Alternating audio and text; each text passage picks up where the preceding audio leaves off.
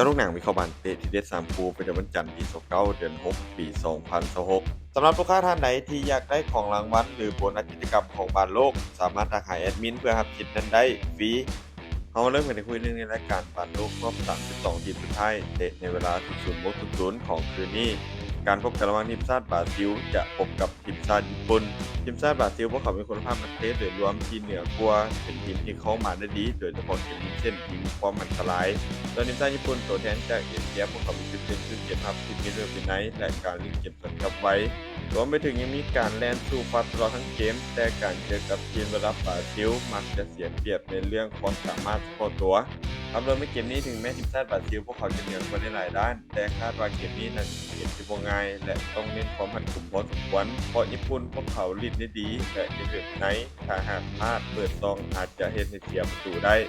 การคาดการณ์สกอร์ที่น่าจะเกิดขึ้นทีมชาติบราซิลจะเฉือนเอาชนะทีมชาติญี่ปุ่นไปด้วยสกอร์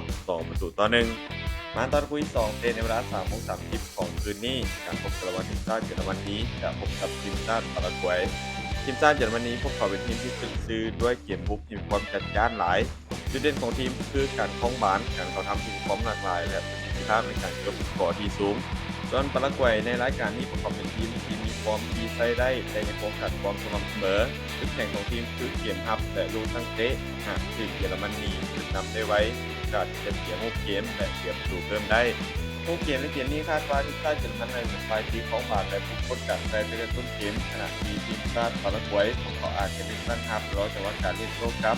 ภาพรวมในเกมนี้ด้วยประสบการณ์และคุณภาพนักเตะของทีมชาติเยอรมันคาดว่าพวกเขาทำเกมได้ชนะได้แบบบ่ยาก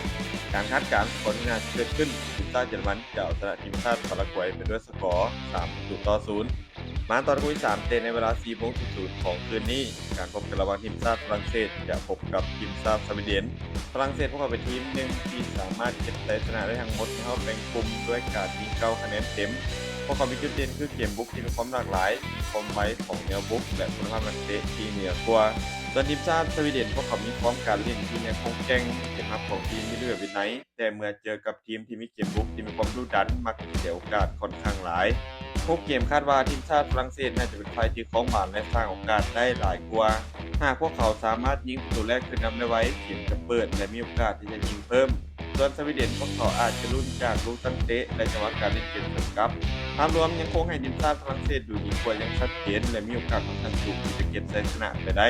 การคาดการณ์สกอร์ที่น่าจะเกิดขึ้นทีมชาติฝรั่งเศสจะเอาชนะทีมชาติสวีเดนไปด้วยสกอร์2-0สุดท้ายนี้ถ้าทุกคนสนใจแนวทางดีๆแบบนี้กดไลค์กดแชร์ออกไปเพื่อเป็นแนวทางเพิ่มเติมและใครสนใจอยากลงทุนสามารถกดลิงก์ผ่านหน้าซ่องได้เลยเด้อ